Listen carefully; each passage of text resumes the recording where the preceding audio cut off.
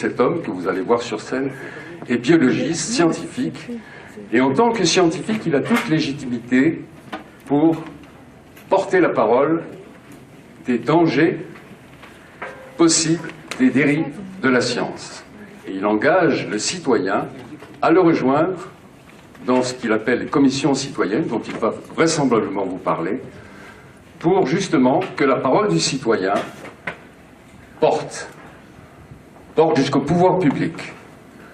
Et c'est très important, me semble-t-il, d'avoir comme cela des personnages qui ont légitimité pour parler, qui invitent le citoyen basique que je suis, que vous êtes, à faire entendre sa voix face à un système qui, trop souvent, ne nous écoute pas, ne nous écoute plus, alors même qu'il s'agit de nos propres intérêts. Pour en parler, mieux que je ne le fais en ce moment, je vais appeler Vincent et Jacques Testard lui-même, que je vous demande d'applaudir.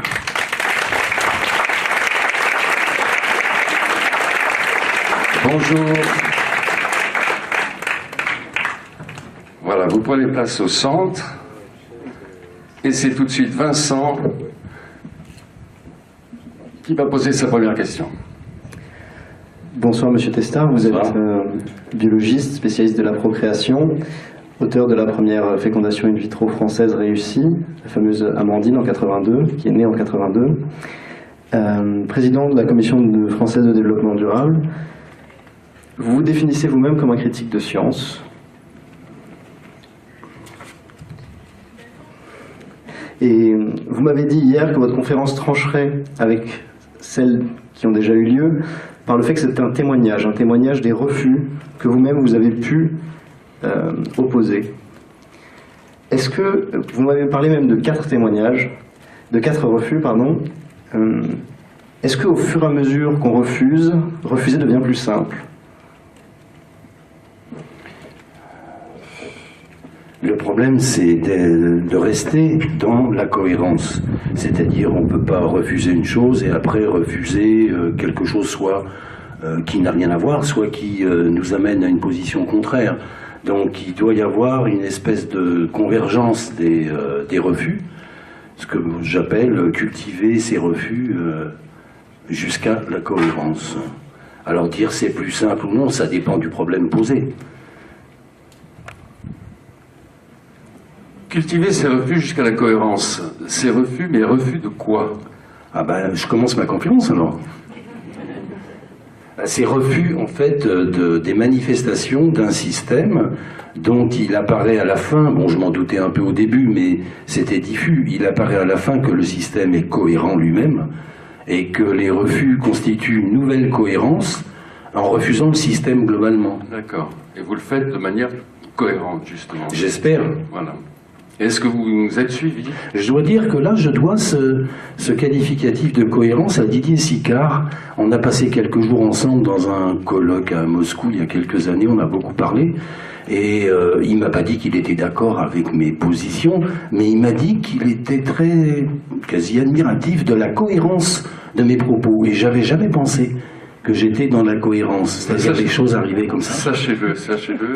Je confirme la chose. Par ailleurs, c'est Jean-Marc Lévy-Leblond qui était venu également il y a 2 ans ici même au Lazaret, qui se qualifiait, qui vous qualifiez de critique de science. C'est un terme que vous appréciez, ce mot. Oui, c'est un terme que j'ai repiqué à Jean-Marc Lévy-Leblond, qui lui-même l'a repris à quelques auteurs, et que j'ai accroché sur mon site, Jacques Testard, critique de science, en spécifiant par une petite note qu'un critique de science n'est pas un anti-science. Parce que mes collègues immédiatement m'ont dit « Mais pourquoi tu veux être critique de science qu'est-ce que... » Bon, j'ai dit « Mais il y a des critiques de cinéma, il y a des critiques littéraires, pourquoi il n'y aurait pas des critiques de science ?» Et le seul fait de, comme ça, s'insurger que quelqu'un se proclame critique de science, ça montre que la science est une activité au-dessus de tout. On peut même pas la critiquer, c'est un peu comme l'armée, comme le nucléaire, comme...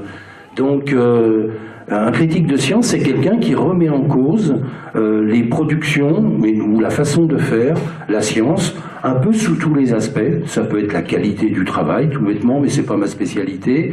Moi, c'est plutôt l'orientation, les choses qui vont changer à cause des productions technoscientifiques.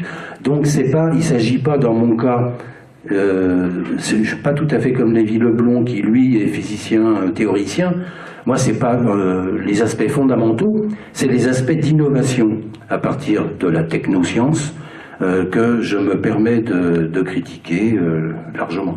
Cette légitimité de parole, cette notoriété, vous l'avez acquise en 1982, puisque c'est à ce moment-là, en tant que biologiste, que vous êtes le père d'Amandine, premier bébé éprouvette. Et depuis des décennies sont passées, quantité de bébés éprouvettes sont nés, grâce en grande partie, essentiellement à vos travaux. Ça représente combien de pourcentage les FIV réussis sur l'ensemble des naissances? Il y a à peu près 3% des bébés aujourd'hui dans tous les pays industriels qui naissent de fécondation in vitro. Donc c'est énorme. Est-ce que vous pensez qu'avec cet engouement pour justement la procréation, je dirais déviée, on aura un chiffre qui ira en grandissant?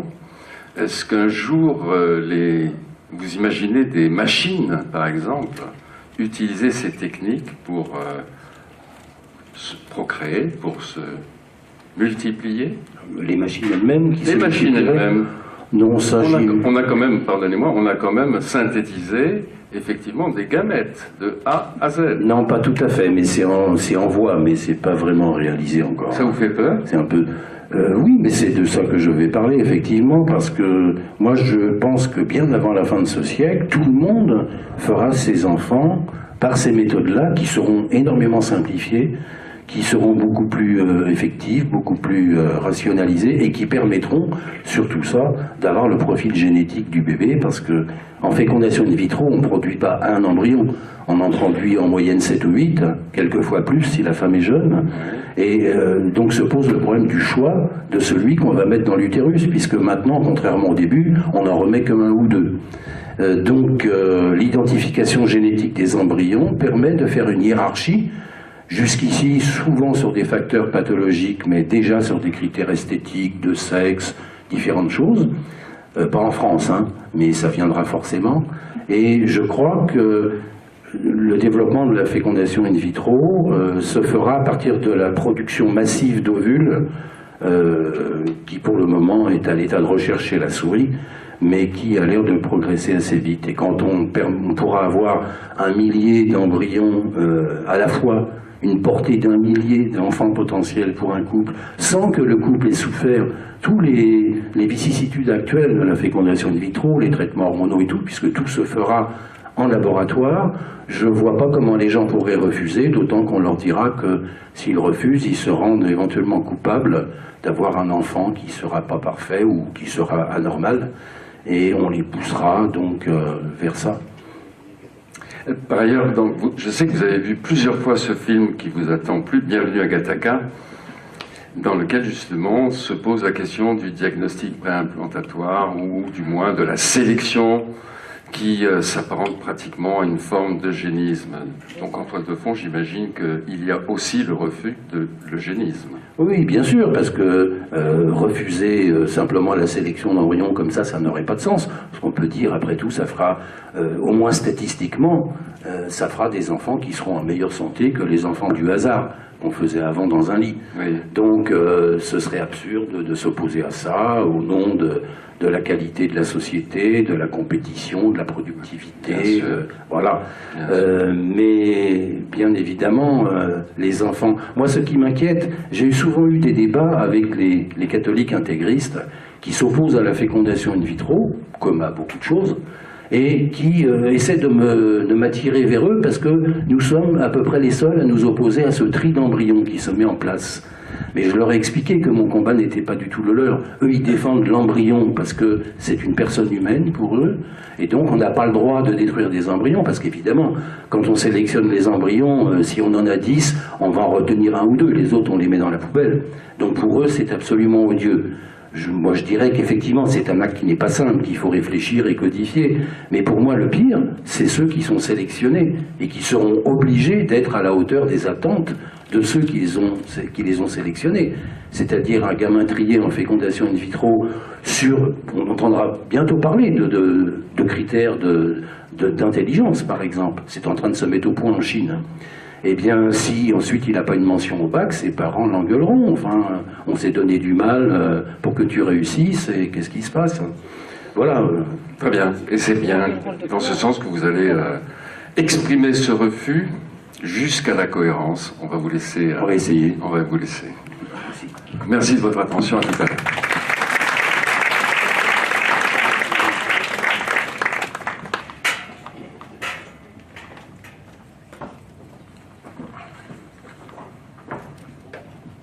Oui. Oui, ça marche là. Je vous demande d'avoir la gentillesse d'éteindre vos portables. Merci.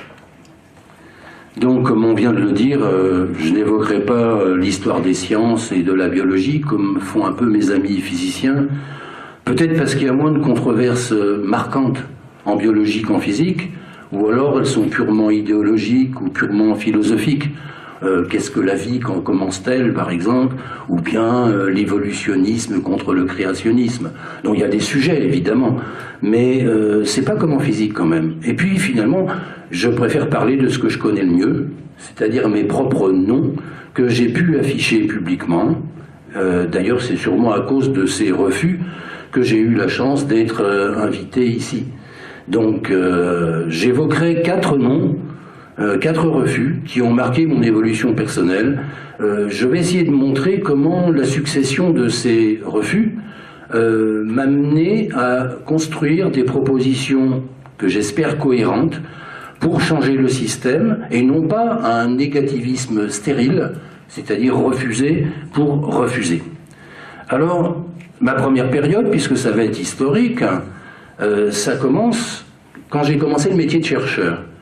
En 1964, j'ai travaillé à l'INRA, Institut national de la recherche agronomique, sur un contrat de la Commission européenne qui se préoccupait d'accélérer la sélection des vaches à haute performance laitière. Le problème avec les vaches, c'est comme avec les femmes, elles font un petit parent.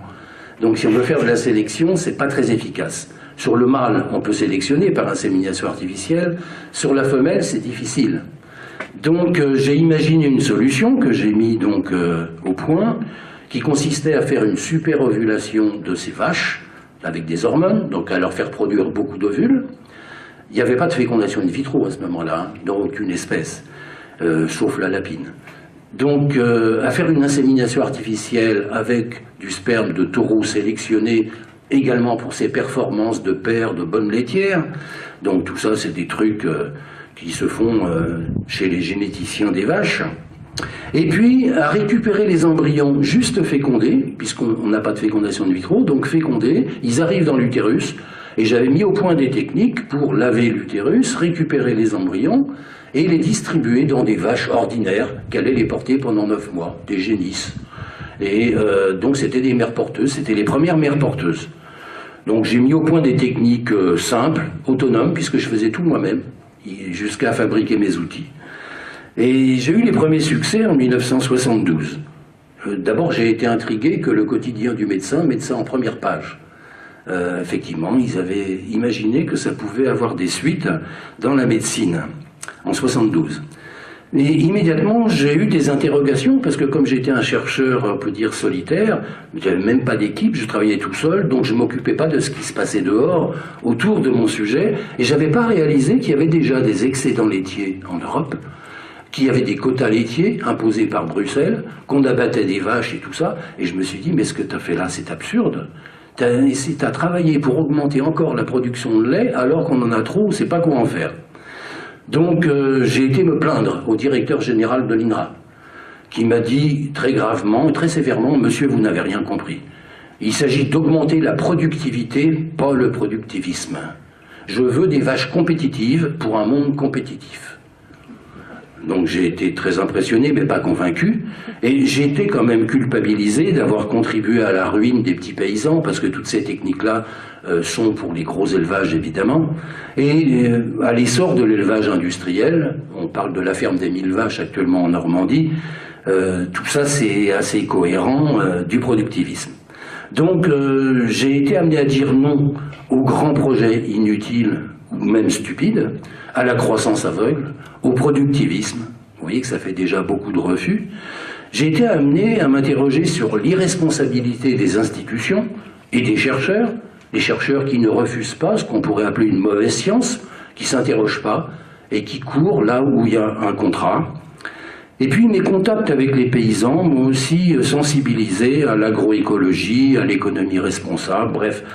Donc ça m'a fait grandir cette affaire. Et ça a posé des questions aux scientistes que j'étais. Vous savez, le scientiste, c'est celui qui ne jure que par la science comme facteur du bien humain. Seul le progrès scientifique et technique va permettre à l'humanité du bonheur et de la liberté. Et je croyais encore à ça quand j'ai commencé cette recherche. Ça m'est passé assez vite. Et je me suis demandé, mais moi qui étais scientiste, est-ce qu'une recherche scientifique, dite scientifique, peut-elle être délibérément absurde, comme celle que j'avais faite? Comment est-ce possible?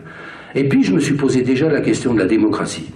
Qui et de quel droit peut décider des orientations de la recherche? Que connaît la société de ces actions qu'elle finance et qui sont menées en son nom? Des questions qu'on peut poser encore 40 ans après. Donc c'était le refus de cette recherche productiviste qui m'a amené au départ de l'INRA. Et j'en arrive à mon deuxième nom, qui est le plus connu.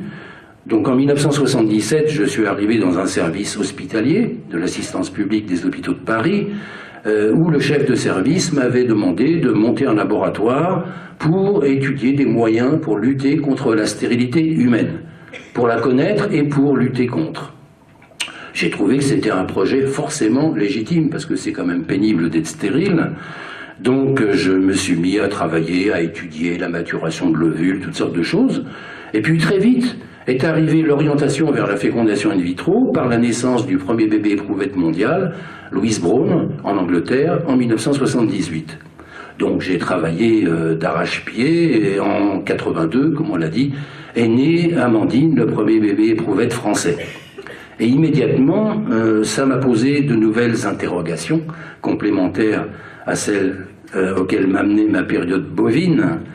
D'abord, j'ai été très frappé de l'héroïsation abusive dont nous étions la cible par les médias.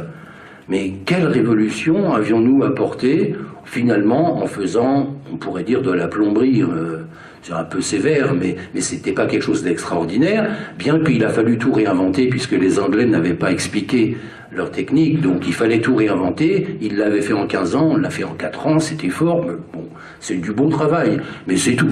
Donc quelle révolution? Pourquoi les médias et la société étaient là à nous interviewer, à nous pousser à la télé et tout le temps? Je trouvais ça suspect.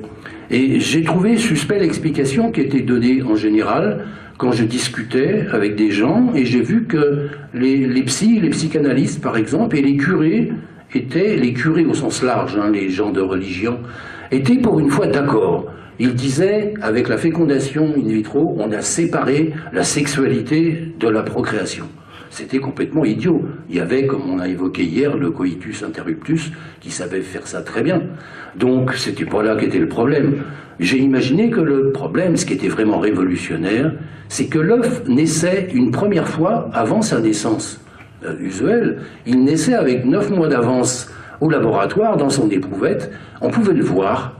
Et on avait donc la possibilité, peut-être, de l'analyser. Et j'ai pensé que s'il y avait tout ce remue-ménage médiatique, c'est peut-être que, sans bien le savoir, il y avait quelque chose comme ça. C'était le spectacle de cet œuf qui était mis à jour juste après la fécondation.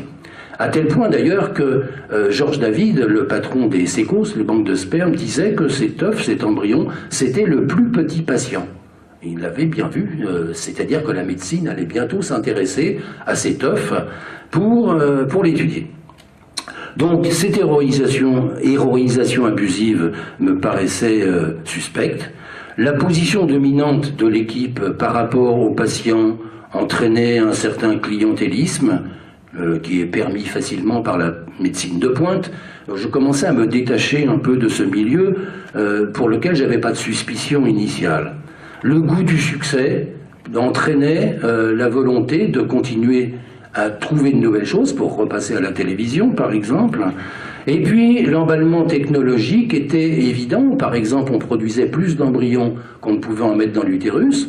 On jetait certains embryons parce qu'on ne savait pas quoi en faire. Il fallait donc trouver une solution. Et on a donc trouvé dans mon labo la congélation de l'embryon pour le conserver au profit du même couple s'il n'y avait pas de grossesse au début.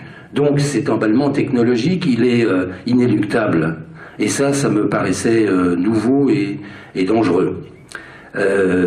Donc, le fait que l'embryon soit disponible dès la conception m'a amené à prendre position très clairement contre une technique que j'imaginais à venir et qui serait le tri des embryons sur des critères génétiques, puisqu'on pourrait prélever une cellule sur chaque embryon, faire une étude génétique et voir lequel pouvait à l'origine être indemne de maladie, c'est comme ça que ça a commencé, et puis progressivement avoir des caractéristiques favorables avec évidemment un système sans fin. Donc j'ai écrit l'œuf transparent, ce titre montre bien quel était mon souci, l'œuf transparent, on pouvait voir à travers et on pouvait donc lui donner une issue différente selon ce qu'on voyait en lui. J'ai fait cette critique, j'ai aussi critiquer des innovations non réfléchies en amont, c'est-à-dire que dans les laboratoires, on travaille, on innove, on produit des technologies, puis après on dit la société se débrouille avec, et c'est comme ça que le comité d'éthique, créé un tout petit peu avant la naissance d'Amandine, a été amené à traiter en urgence, et il continue de le faire, beaucoup de cas qui lui sont imposés par cet emballement technologique. Alors, ce que j'ai observé, c'est que, donc j'ai dit, nous étions des héros au moment de la naissance d'Amandine, en 82, et avec ce nom public que j'ai lancé, non au tri des embryons, alors le héros est devenu un saint, en quelque sorte. J'exagère pas, puisque Le Monde a titré en 1986 « Jacques Testard au seuil du sacré », ce qui a surpris le mécréant que j'étais, mais c'était cela. Alors, ces simplifications médiatiques étaient pour moi assez agaçantes. Et je ne cessais pas de dire aux journalistes, non, j'ai jamais dit que j'arrêtais toute recherche. J'ai dit que j'arrêtais toute recherche pour la qualité humaine, c'est-à-dire pour faire autre chose qu'un bébé du hasard. Mais il y a plein d'autres choses à faire, et voilà. Donc, malgré mes écrits, j'étais toujours caricaturé. Et pourtant, le développement de la congélation d'embryons, dont j'ai dit qu'on était un peu obligé de mettre au point, plutôt que d'éliminer des embryons dits surnuméraires, ou alors d'avoir des grossesses multiples qui sont très dangereuses en mettant 5-6 embryons dans l'utérus, ce qui s'est fait assez souvent. Donc ça, c'était une technique, voilà. Et puis ensuite est arrivée une technique que j'ai introduite en France, qui a été inventée par les Belges, qui s'appelle l'ICSI. C'est l'injection d'un spermatozoïde directement dans l'ovule avec une micropipette en verre, sous contrôle du microscope, dans les cas où l'homme produit un sperme quasiment nul, c'est-à-dire il a très peu de spermatozoïdes, et il est arrivé qu'on en trouve un seul, par exemple, et qu'on ait 3 ovules en face, et qu'on puisse même pas les inséminer tous. Bon, c'est aujourd'hui une technique qui est utilisée dans les 2 tiers des FIV, c'est-à-dire même dans des cas où le sperme est normal, ce qui est encore un abus technologique. Mais ça permettait, dans mon esprit, d'une part, de ne pas faire semblant de faire une FIV à un couple où on savait qu'on ne pourrait pas féconder parce que le sperme était désastreux, et ça permettait aussi d'éviter quelque chose que j'ai jamais bien accepté, qui est le donneur. Le donneur de sperme qui, dans les règles françaises, est forcément un donneur anonyme, trié, où s'en frôle aussi un peu l'eugénisme dans cette affaire, et ça m'a jamais beaucoup plu. Alors, de cette façon-là, puisque je continuais d'introduire des techniques, donc congélation d'embryons, l'ICSI et quelques autres petites choses, le héros de 1982, qui était devenu un saint en 1986, est enfin devenu un traître dans les années 90, parce qu'il avait continué de faire ce que les journalistes imaginaient qu'il avait dit qu'il ne ferait pas. Voilà, donc mon nom, ça a été un nom à la surmédicalisation, dont on parlait hier Didier Sicard et Jean-Noël Ropion. Donc j'insisterai pas. Dans le domaine de la FIV, je dirais seulement qu'aujourd'hui, un tiers des couples acceptés en FIV ne sont pas carrément stériles. Un tiers des couples. Donc c'est un peu contraire à la loi qui envisage que ces techniques soient appliquées à des couples stériles. Et puis, j'ajouterais que c'est pas toujours à cause de la demande des patients, de leur insistance, ou même à cause de l'industrie. Quelquefois, c'est les médecins eux-mêmes qui vont proposer quelque chose qui leur avait pas été demandé. Je pense là à ce qui a été proposé par le Collège des gynécologues il y a 2-3 ans, qui est la congélation systématique des ovules ou des ovocytes de jeunes femmes, de façon à préserver leur potentiel de procréation pour plus tard. Vous savez qu'aux États-Unis, c'est des trucs que certaines entreprises commencent à payer pour que les femmes puissent mettre de côté leurs ovules, en fait pour qu'elles n'embêtent pas l'entreprise en prenant des congés de maternité au moment où elles sont très productives, mais qu'elles attendent d'avoir 45 ans ou davantage éventuellement pour se mettre à faire des bébés. Donc nos gynécologues, évidemment, n'avaient pas cette motivation, du moins officiellement, mais ils voulaient lutter contre la stérilité qui est en augmentation, il n'y a pas de doute. Moi je dirais oui, parce que dire non à quelque chose, c'est dire oui à autre chose pour moi. Et devant cette proposition de congeler les ovules, qui me paraît encore une mécanisation, une technisation qui n'est absolument pas indispensable, moi je dirais oui à l'interdiction des perturbateurs endocriniens et autres pesticides qui sont visiblement à la base de beaucoup de cas de stérilité. Je dirais oui au droit des femmes à procréer à l'âge où elles ont choisi de procréer, plutôt que servir l'intérêt des entreprises ou celui de la médecine gynécologique. Donc voilà un petit exemple de l'actualité, puisque c'est actuellement en cours. Mais surtout, mon nom, à cette époque, ça a été contre le nouvel eugénisme que je voyais en marche. Donc je pense avoir été un lanceur d'alerte éthique, ce qui est une race qui n'existe pas. On décrit des lanceurs d'alerte dans le domaine de la santé, de l'environnement et aujourd'hui de la finance, mais pas dans le domaine de l'éthique. Bon, peu importe. Et ce tri d'embryons est arrivé 4 ans plus tard, en 1990, toujours grâce à nos amis britanniques, et on l'appelle en France le DPI, le diagnostic pré-implantatoire, donc qui consiste à identifier génétiquement les embryons produits en fécondation in vitro, à l'âge de 2, 3, 4 jours après la fécondation. Et donc à choisir ceux qui semblent le plus favorables. Donc, je dois dire tout de suite qu'en France, on a été quand même assez strict. La loi a prévu quand même des systèmes de contrôle et on ne fait pas n'importe quoi aujourd'hui. Donc ces contrôles assez stricts sont sans cesse élargis partout, et même un peu en France. Un peu quand même. Tout ça à partir, on pourrait dire, du mythe de l'enfant parfait, à partir de la volonté de sélection humaine.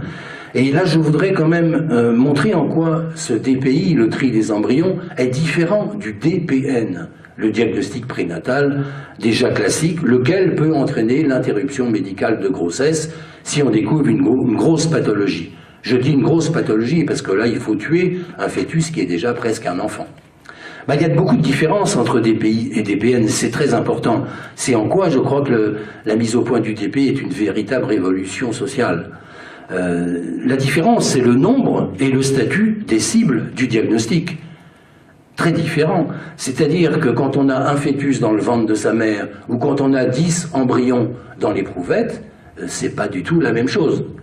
Donc, dans un cas, on peut éviter le pire, c'est ce que fait le diagnostic prénatal. Dans l'autre, on peut choisir le meilleur. Et tout ça, évidemment, est susceptible d'une extension potentiellement infinie. Je parle du DPI. Parce que le nombre d'embryons dépend du nombre d'ovules disponibles qu'on va mettre en fécondation. Ça ne dépend pas du nombre de spermatozoïdes. Donc, ce nombre d'ovules, il peut être augmenté énormément dans l'avenir, peut-être par des cultures de cellules souches ovariennes qui existent, et on pourrait obtenir des dizaines d'embryons. c'est pas du tout fantasmatique, puisque ça a été fait chez la souris en 1995. Donc ce sera plus difficile dans l'espèce humaine, mais je crois que ce sera débordé par une autre technique beaucoup plus inquiétante, qui est la reprogrammation des cellules somatiques en cellules germinales. J'explique en 2 mots. Les cellules somatiques, c'est toutes les cellules du corps. Les cellules germinales, c'est celles qui produisent les gamètes, et seulement les gamètes. Donc il y a 2 lignées dans tous les corps. On m'a appris en biologie, et jusque-là, ça semblait une certitude, que ces 2 lignées ne se rencontrent pas, qu'elles évoluent indépendamment, et qu'on ne passe pas d'une cellule germinale à somatique ou réciproquement. Et puis voilà que des laboratoires coréens, japonais, et puis ensuite américains et autres, sont en train de nous montrer qu'on peut le faire. Et qu'on peut reprogrammer une cellule, alors il n'y a pas plus somatique qu'une cellule de la peau, une cellule banale, chez la souris, tout ça. Une cellule banale, une cellule de la peau, on peut en faire une cellule qui s'inscrit dans la lignée de fabrication du spermatozoïde ou de l'ovule. Alors pour le moment, c'est pas complètement achevé, il reste pas mal de barrières, et ensuite il faudra vérifier qu'il n'y a pas des facteurs qu'on appelle épigénétiques qui introduiraient des troubles dans ces cellules et qui pourraient causer donc des problèmes graves, mais ça semble être une voie tout à fait réaliste. Et à ce moment-là, c'est pas des dizaines d'embryons qu'on obtiendrait, c'est des milliers. Il n'y a pas de limite. On prend un morceau de peau et on transforme tout ça en ovule. Donc même si le rendement n'est pas bon, on pourrait avoir des milliers d'ovules et donc des milliers d'embryons. Donc je crois que l'avenir, il est là et qu'il est vraiment très très inquiétant. Il y a aussi les caractéristiques qu'on va évaluer sur ces embryons, qui sont de plus en plus nombreuses déjà, mais qui tendent vers ce que les Américains appellent déjà le screening, c'est-à-dire l'évaluation totale du génome de l'embryon. Apparemment, c'est très facile à faire, ça coûte pas plus cher que de chercher un gène de mucoviscidose, et on va pouvoir, pour quelques centaines d'euros, passer les embryons au crible, c'est-à-dire avoir un profil complet de leur ADN, avec tout ce qui dépasse, qui semble ne pas être dans la norme. Alors ça veut dire, il faut le souligner, qu'aujourd'hui, c'est les informaticiens qui ont pris un peu le pas dans cette génétique-là, puisque c'est à partir de programmes informatiques qu'on peut étudier, c'est d'une complexité énorme. Donc c'est plus de la génétique c'est seulement de préparer les façons de repérer certaines caractéristiques de l'ADN, mais ensuite l'étude qui permettrait de sélectionner tel ou tel embryon ou telle personne dans la vie, de l'assurer selon son niveau de risque par exemple, ça devient de plus en plus l'affaire des informaticiens. Je ne sais pas si c'est mieux que celle des généticiens. En tout cas, ça n'a plus rien à voir avec ce qu'on imaginait de la génétique initialement, et c'était ça initialement, la compréhension du rôle du génome. Comment, à partir de l'ADN, se fabriquent des protéines qui vont avoir une fonction dans la vie de l'individu, ses pathologies, différentes choses. On n'est plus du tout là-dedans. Maintenant, on ne cherche pas à comprendre, on cherche seulement à mettre en rapport une conformation de l'ADN avec des caractéristiques qui se manifestent statistiquement chez les gens qui ont cette conformation. Donc vous voyez qu'on est dans un système complètement froid, qui n'a plus rien à voir avec la médecine, mais qui va certainement permettre des propositions audacieuses. Je dirais aussi que ces techniques-là, c'est-à-dire ces productions d'ovocytes in vitro et non plus in vivo par stimulation des ovaires de la femme, c'est très différent, ça va supprimer complètement les contraintes qui sont aujourd'hui liées à la fécondation in vitro, surtout pour les femmes. C'est-à-dire qu'il n'y aura plus de stimulation hormonale, il n'y aura plus d'échographie, il n'y aura plus de prélèvement de sang, de machin, il n'y aura plus rien, il n'y a pas besoin, puisque tout ça est au laboratoire. On peut d'ailleurs congeler ces cellules de peau ou autres, et les sortir à la demande, 10 ou 15 ans après, quand le couple a décidé de faire un bébé, et c'est complètement hors sol, cette procréation-là. Donc c'est plus que in vitro. Bien que ça se passe in vitro, c'est complètement en dehors, bien que ce soit forcément, j'espère que ça va continuer, à la demande du couple, toujours. Alors on parle de coûts, mais les coûts vont diminuer énormément. Toutes ces techniques, c'est comme le prix des ordinateurs, ça va diminuer énormément. On est dans l'informatisation de la procréation, là. Donc je crois que tout cet ensemble de choses sont des moteurs pour en arriver à une généralisation du contrôle de la procréation. Quand je dis généralisation, ça veut dire que tous les gens, bon, sauf quelques sauvages qui vont aller élever des chèvres dans la montagne, mais tous les gens sérieux vont passer par le tri des embryons pour faire des bébés bien avant la fin de ce siècle. Et ça me paraît quand même quelque chose qui mériterait une réflexion que je ne vois pas venir. Donc on va avoir des embryons compétitifs, comme on a eu les vaches, je l'ai dit tout à l'heure. Ça va certainement résoudre des problèmes sur l'angoisse des parents qui ont toujours eu peur d'un enfant anormal. Faut savoir que nous sommes tous à risque, nous avons tous plusieurs gènes qui pourraient faire qu'en les transmettant, on aura un enfant anormal. Puis il y a aussi des mutations qui arrivent pendant la fabrication des gamètes. Donc il y a une incertitude totale quand on fait un enfant. Bientôt ça paraîtra pas sérieux, pas possible. Et même si c'est pas obligatoire, il y aura des incitations pour passer par des façons sérieuses de faire les bébés. Alors déjà, je disais tout à l'heure, il y a des dérives, par exemple, ça n'est plus forcément des pathologies certaines qui sont identifiées dans l'embryon, mais des risques de pathologie. Donc des risques de cancer, par exemple. C'est déjà utilisé dans beaucoup de pays, y compris en France. On utilise le tri des embryons pour éviter, chez les gens qui ont un gène favorisant le cancer, ça ne veut pas dire que leurs bébés auront un cancer, mais il a plus de risques qu'un bébé dont les parents n'auraient pas le gène et dont lui-même n'aurait pas le gène. Donc pour identifier les bébés qu'on appelle sains, qui n'ont pas ça. Mais ça va plus loin, je ne veux pas évoquer tout. Aux États-Unis, c'est le sexe de l'embryon aussi. Il suffit de payer un peu plus, tout ça est légal. Mais en Angleterre, par exemple, c'est par là que tout arrive. L'Angleterre, dans tout ce monde de la procréation, c'est eux qui... l'Angleterre, la Grande-Bretagne, ils nous ont amené le clonage, enfin un peu tout, quoi.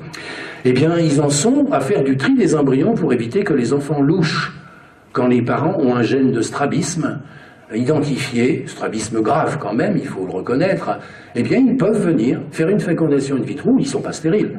Pour éviter d'avoir un enfant qui louche, on va trier les embryons qui sont indemnes de ce gène. Ça montre qu'on est déjà dans des critères esthétiques, et même si j'imagine c'est douloureux pour les gens, parce que ces parents ont été multi-opérés, on les regarde toujours de travers dans la rue, parce qu'ils louchent. Donc ils n'ont pas envie d'avoir un enfant comme ça qui va souffrir. Mais où est la limite? Où on s'arrête? Donc tout ça continue. Ça rencontre l'exigence de la société marchande, d'efficacité, compétitivité des travailleurs, parce qu'on aura des gens qui statistiquement seront moins exposés au risque de pathologie, à partir de ces études un peu aveugles, un peu seulement informatiques et pas du tout médicales, qui compareront des populations. Donc c'est important de voir que le résultat statistique risque d'être efficace, même si pour chaque personne, ça n'a aucun sens d'être trié sur des facteurs comme ça. Donc il y aura une incitation qui viendra sûrement d'en haut, de la sécurité sociale par exemple, des assurances, d'un tas de choses, pour assumer ces techniques-là. Alors, est-ce qu'il faut dire non aujourd'hui, je dis aujourd'hui, c'est-à-dire en 2015, ou bien accepter ces recherches qui sont encore fondamentales chez la souris, mais si elles aboutissent, ce qui est fort possible, qui risquent de transformer en ovules des cellules de peau, avec un énorme potentiel eugénique dans l'espèce humaine. Est-ce qu'il faut dire non? Actuellement, on a choisi de ne pas voir. On ne sait pas que ça existe, on attend que ça arrive, et puis après, évidemment, la séduction d'une technique pareille, une fois qu'elle aura été montrée faisable et efficace, et pas dangereuse, bon, la séduction est totale, donc ce ne sera plus la peine de réunir un comité d'éthique. Donc aujourd'hui, c'est la passivité. Moi, je me bats depuis longtemps, depuis 30 ans, pour qu'on s'empare de ça comme étant le sujet prioritaire de la bioéthique. Le tri de l'humanité dans l'œuf. Je rencontre de la sympathie, mais pas davantage, parce qu'on me dit c'est sous contrôle, on a des lois, on ne peut pas faire ceci, cela. Enfin, on sait très bien que tout évolue. Quand ça évolue pas assez vite chez nous, les gens vont en Espagne ou en Angleterre ou en Belgique pour n'importe quoi, et donc ce sera pareil. Et puis après, il faudra bien qu'on vive en Europe comme tout le monde, et qu'on fasse comme tout le monde. Donc, cette passivité nous entraîne forcément vers un eugénisme qui n'est pas du tout l'eugénisme criminel du XXe siècle, mais un eugénisme mou, consensuel, voire démocratique, qui est peut-être plus redoutable que l'autre, parce qu'on n'aura pas beaucoup de raisons de s'y opposer, et qui s'installera durablement, pour toujours. Alors, je dis non au tri des embryons, au DPI, mais je dis oui au DPN, y compris avec l'interruption médicale de grossesse, pour éviter le pire, au coup par coup. Vous voyez, j'aime bien toujours faire cette liaison, on dit non et on dit oui. Alors j'en arrive à mon troisième non. Alors là, c'est assez amusant. Après 1990, ah oui, parce que je n'ai pas dit quand même que tout ça m'a valu d'être chassé de mon laboratoire, quand même. Ça m'a valu d'être chassé de mon laboratoire parce que j'étais un empêcheur de nouveaux progrès. Et le labo que j'avais créé dans cet hôpital Béclair et qui a fait la gloire de mon gynécologue favori, donc on m'en a expulsé parce que j'étais un chercheur INSERM et que j'avais rien à voir dans un laboratoire de l'assistance publique. C'était l'argument. Donc là, je fais un petit commentaire sur le refus. Dire non quand on est un lanceur d'alerte directement concerné par son engagement. Vous savez, le lanceur d'alerte, je développe pas, mais c'est des gens qui voient quelque chose qui tourne pas rond. C'est souvent des scientifiques, mais pas forcément. Ça peut être quelqu'un dans la rue et qui disent, voilà, qui dénoncent la chose. Ils sont témoins, mais ils ne sont pas acteurs de leur alerte. Ils sont témoins, même s'ils sont scientifiques. Et quand on est acteur, comme c'est mon cas, à ce moment-là, on se crée une auto-obligation permanente pour un comportement exemplaire, c'est-à-dire ce que j'ai appelé une éthique de la non-recherche contre l'innovation à tout prix. Et très vite, on est en déséquilibre intellectuel. C'est pas facile à vivre. En déséquilibre intellectuel, c'est-à-dire qu'on ne peut pas assumer son métier de chercheur, qui est de chercher pour chercher, parce qu'on veut maintenir son équilibre moral, qui est de ne pas trahir cet engagement qu'on a pris. C'est un peu délicat, mais quand on est dans cette situation, ce qui semblait seulement professionnel avant devient d'un seul coup suspect. C'est-à-dire qu'on se demande comment agir désormais en recherche en étant certain de ne pas nuire. Et on n'est jamais certain de ne pas nuire. Moi j'ai le souvenir, dans mon sommeil, à cette époque-là, quand la vigilance se relâche, d'avoir des idées de manipulation que je crois étaient géniales. Bon. Et que j'étais obligé de refuser à l'aube parce que ça contredisait exactement tous mes discours. Voilà, j'en arrive à mon troisième non. C'est après 1990, donc chassé de mon laboratoire de FIV, hospitalier, mais j'étais quand même directeur de recherche INSERM, je veux dire, ça ne m'affamait pas, simplement ça me mettait en dehors de ce circuit médical.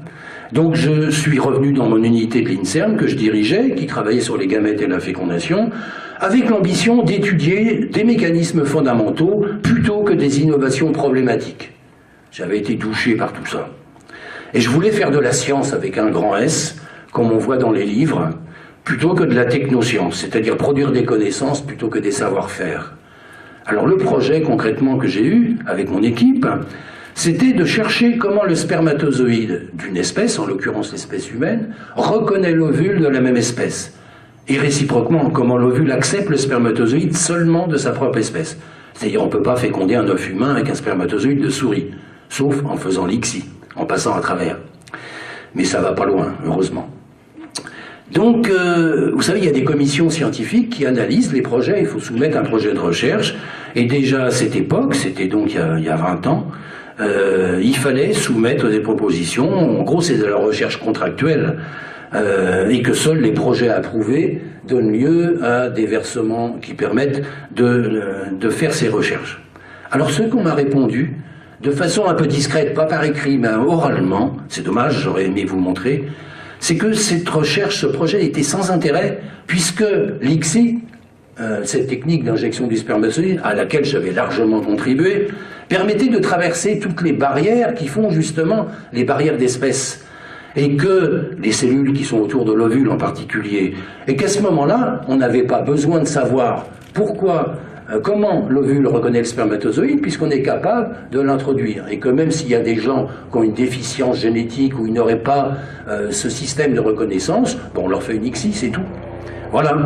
Donc là, j'ai réalisé que si la technique, en l'occurrence l'ICSI, contourne le problème médical, en l'occurrence la stérilité masculine, la recherche devient inutile, parce que le savoir ne sert à rien. Et c'est quelque chose qui est assez étonnant quand même. Alors comme je suis têtu, mon nom l'indique, j'ai fait une nouvelle présentation du même projet, en disant que tout ça, c'était pour identifier ces mécanismes dans un but médical. Et j'ai inventé que ça pourrait permettre la contraception immunologique, ce qu'on appelle l'immunocontraception, qui n'existe pas vraiment maintenant, sauf chez l'animal un peu, en empêchant la reconnaissance de ces molécules spécifiques entre mâles et femelles, entre l'homme et la femme. On pourrait, par un vaccin, tous les 3 ans, 5 ans, on pourrait avoir un système contraceptif qui ne serait pas contraignant du tout, ce serait fort bien pour le tiers-monde, j'avais écrit tout ça dans mon rapport. Et à ce moment-là, on m'a dit, mais monsieur, il faut trouver un partenaire industriel. Parce qu'aujourd'hui, on ne fait plus de recherche comme ça. Le partenaire industriel, c'est pas tellement qu'il amène de l'argent, il en amène très peu, mais c'est qu'il sert de caution. Parce qu'un industriel ne met pas ses pieds dans quelque chose d'un peu vaseux, et que c'est une garantie que le projet est intéressant, qu'il aura des développements. Donc je me suis mis en quête, je connaissais l'industrie pharmaceutique à cause de la fécondation in vitro, des hormones et tout ça, et j'ai été voir ces gens-là, mais ils sont en même temps des marchands de pilules. Ils m'ont dit, monsieur, votre truc, pour nous, c'est pas intéressant du tout. On préfère vendre des pilules tous les mois. Un vaccin, ça rapporte rien. Donc, j'ai pas trouvé d'industriel. Le programme a avorté. À partir de là, j'ai été amené à dire non à la technoscience qui ruine la science, à démystifier la recherche à préoccupation industrielle ou commerciale. Je me souviens d'une déclaration de vœux du directeur général de l'INSERM en début d'année, qui nous avait envoyé une lettre en disant « Je veux des chercheurs compétitifs ». Alors vous voyez, ça fait tilt avec ce que j'avais entendu, je dirais son équivalent d'INRA qui voulait des vaches compétitives. Donc la connaissance, c'est pas vraiment quelque chose qui est recherché et aidé, c'est les moyens d'action, toujours. Et ce nom m'a amené à la création de l'association pour une fondation des sciences citoyennes en 2002, avec quelques autres chercheurs, avec le but audacieux de mettre la science en démocratie. En gros, ça veut dire favoriser la connaissance par un certain budget reconductible pour la recherche cognitive, la recherche de connaissances, qui serait libre. Donc ce serait quelque chose qui serait quand même intéressant.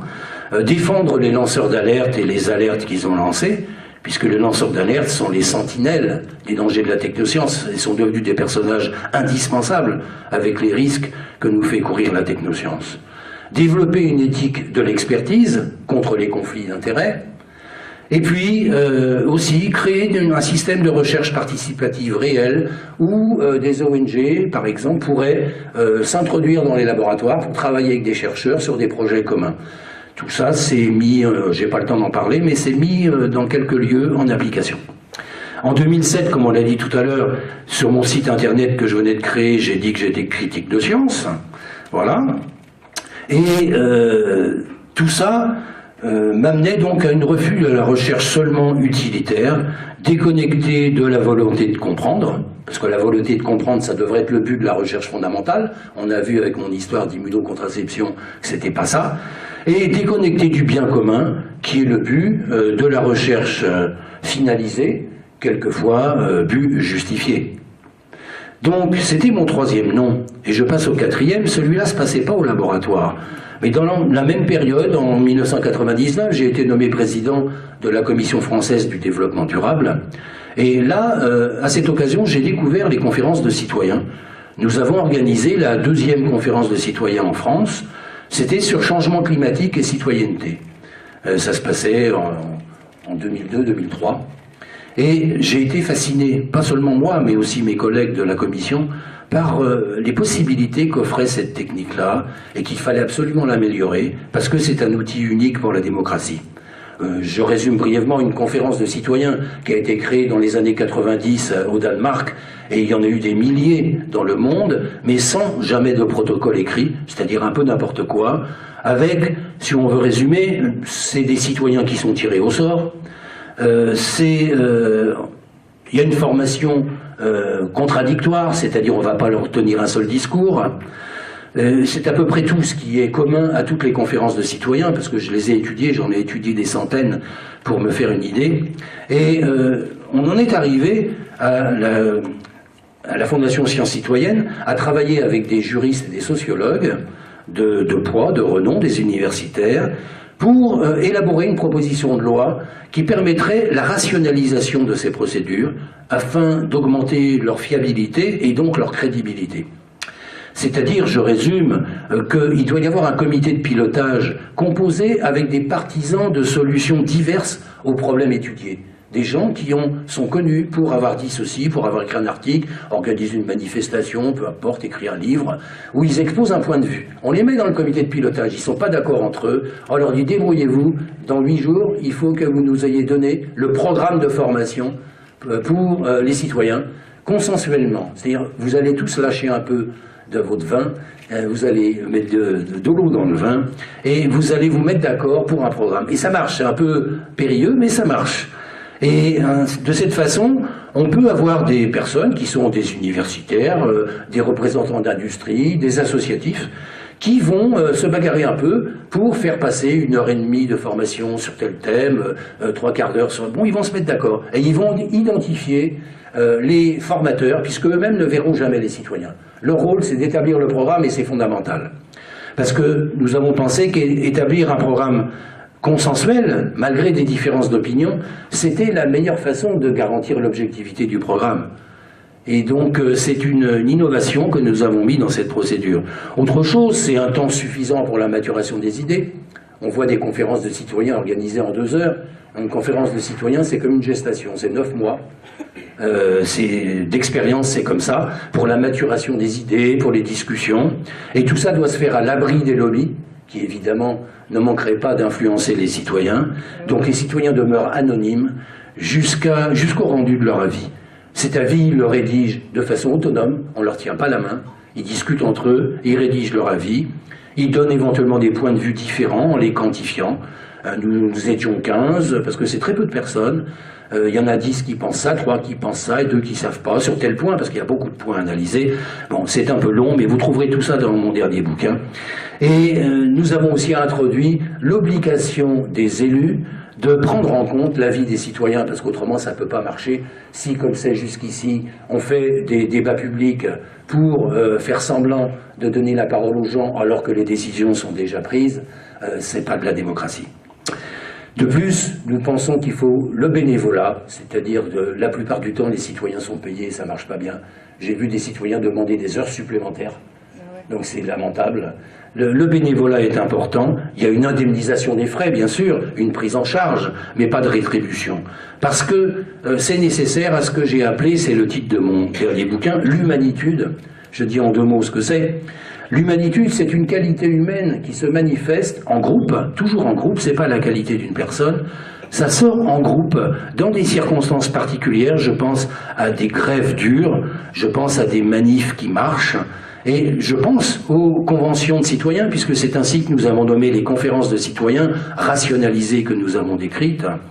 Eh bien, dans ces conditions-là, on peut voir apparaître l'humanitude, c'est-à-dire 2 qualités ensemble. D'une part, l'intelligence collective. Les gens connaissent les dossiers, ont appris énormément de choses pendant quelques semaines, quelques mois. Ils sont capables de donner leur point de vue là-dessus, d'en discuter, de défendre des points de vue, et de produire vraiment de l'intelligence collective. Et ça, tous les observateurs, les sociologues qui travaillent sur ces problèmes de démocratie reconnaissent que c'est extraordinaire. Mais il y a un autre aspect qui est important et qui est aussi reconnu par tous ceux qui travaillent là-dessus, c'est l'empathie qui se développe. C'est-à-dire que ces gens-là, qui sont des gens quelconques, tirés au sort, ne vont pas défendre leurs intérêts particuliers, ni ceux de leur famille. Ils vont défendre le tiers-monde, les générations à venir, ils se mettent au niveau de l'humanité. Et c'est quelque chose qui fonctionne, c'est pas une vue de l'esprit, c'est constaté tout le temps, à condition que ce soit assez solennel, et qu'ils aient l'impression que leur avis va être pris en compte et peut changer la face du monde. Dans celle que j'avais organisée, c'est tout ce que j'ai dit aux citoyens quand je les ai recueillis, l'avenir du monde dépend de vous. Bon, ils m'ont cru, ils ont travaillé, et c'est extraordinaire. Et dans mon bouquin, je donne les résultats d'une 12aine de conférences de citoyens en France, et vous pourrez voir que ça produit vraiment des choses intelligentes. Donc cette humanitude, elle ne se développe pas si on paye les gens. Voilà. Alors, qu'est-ce qui est arrivé? À ce moment-là, nous avons été tellement balés par cette procédure que nous avons voulu en faire une autre, sur le thème, c'était des aides à l'agriculture, et qu'on voulait la faire dans 3 pays différents, avec chacun son comité de pilotage, son organisation. Et ces 3 pays, on avait choisi la France comme pays industrialisé et agricole depuis longtemps, la Pologne comme pays européen, mais encore assez archaïque au niveau du développement de l'agriculture, et le Mali comme pays en développement, où nous avions des contacts avec des gens que ça intéressait. Donc on a proposé ça au ministère de l'Environnement, qui hébergeait la Commission du développement durable, et la ministre, en l'occurrence Madame Bachelot, a refusé très clairement de nous aider à faire ça.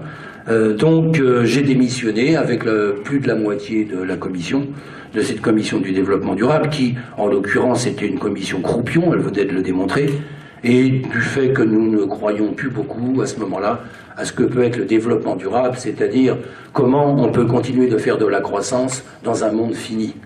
Donc tout ça, ensemble, fait que nous avons démissionné. Une autre commission a été créée et fonctionne avec une centaine de personnes, et on n'en entend pas parler, donc elle est sûrement aussi une commission croupion.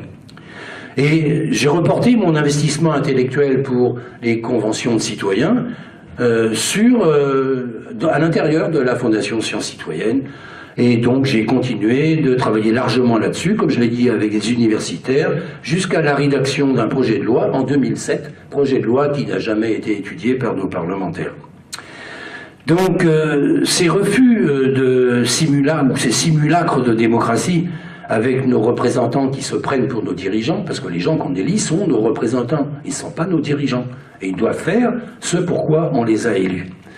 Eh bien, ça évidemment m'a amené à pousser un peu ces conventions de citoyens en les poussant dans le domaine politique. Ce que j'ai fait en 2015 avec mon dernier bouquin, puisque jusque-là, les conférences de citoyens étaient réservées aux thèmes scientifiques et techniques, mais n'abordaient pas les problèmes politiques. Mais je ne vois pas pourquoi on ne ferait pas le même genre de procédure pour des thèmes politiques. Voilà. Je dirais aussi que pour ce qui est des chercheurs, j'ai essayé de leur expliquer que c'était... Beaucoup de chercheurs ont une mauvaise conscience actuellement de ce qu'ils font, parce qu'ils sentent bien, ils font semblant de dire la société se débrouillera avec ce que je fais, mais ils sentent bien que c'est pas normal.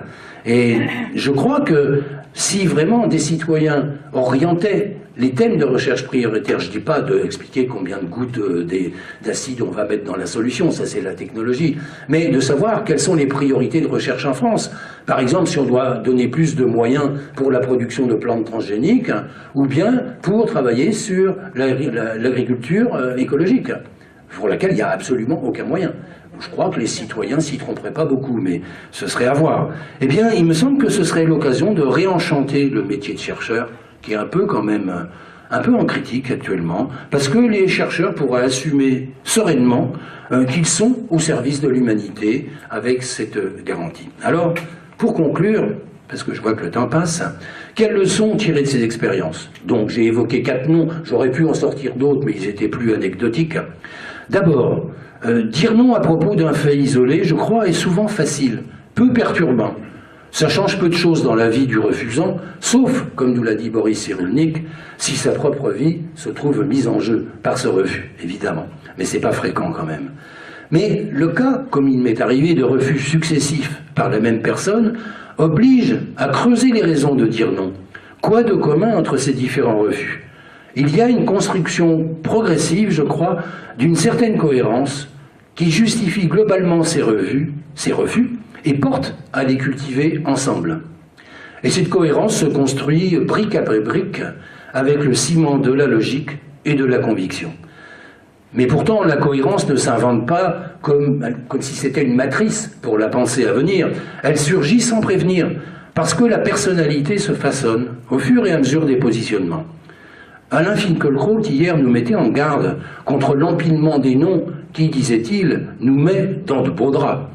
C'est vrai, s'il y a seulement empilement, mais s'il y a organisation des noms.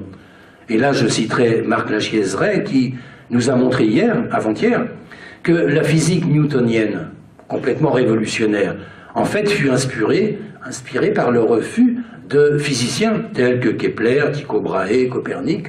Donc, c'est pas simplement des refus pour des refus, il y a là une construction logique qui nous amène à un certain progrès de la pensée.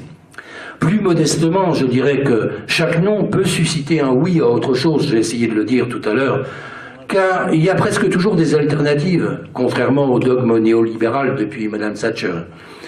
Bien sûr, il ne faut pas dire non à tout, je suis d'accord, mais il faut dire non à chaque fois qu'on est en mesure de proposer une alternative qui soit en accord avec une autre vision du monde. Deuxièmement, je dirais que la cohérence des refus n'arrive que parce qu'il y a une cohérence du système qui provoque ces refus. C'est-à-dire on est dans un système où on exalte toujours plus la performance, la compétition, chez les vaches, chez les hommes, on l'a vu, chez les citoyens, chez les chercheurs, mais la compète, pourquoi faire?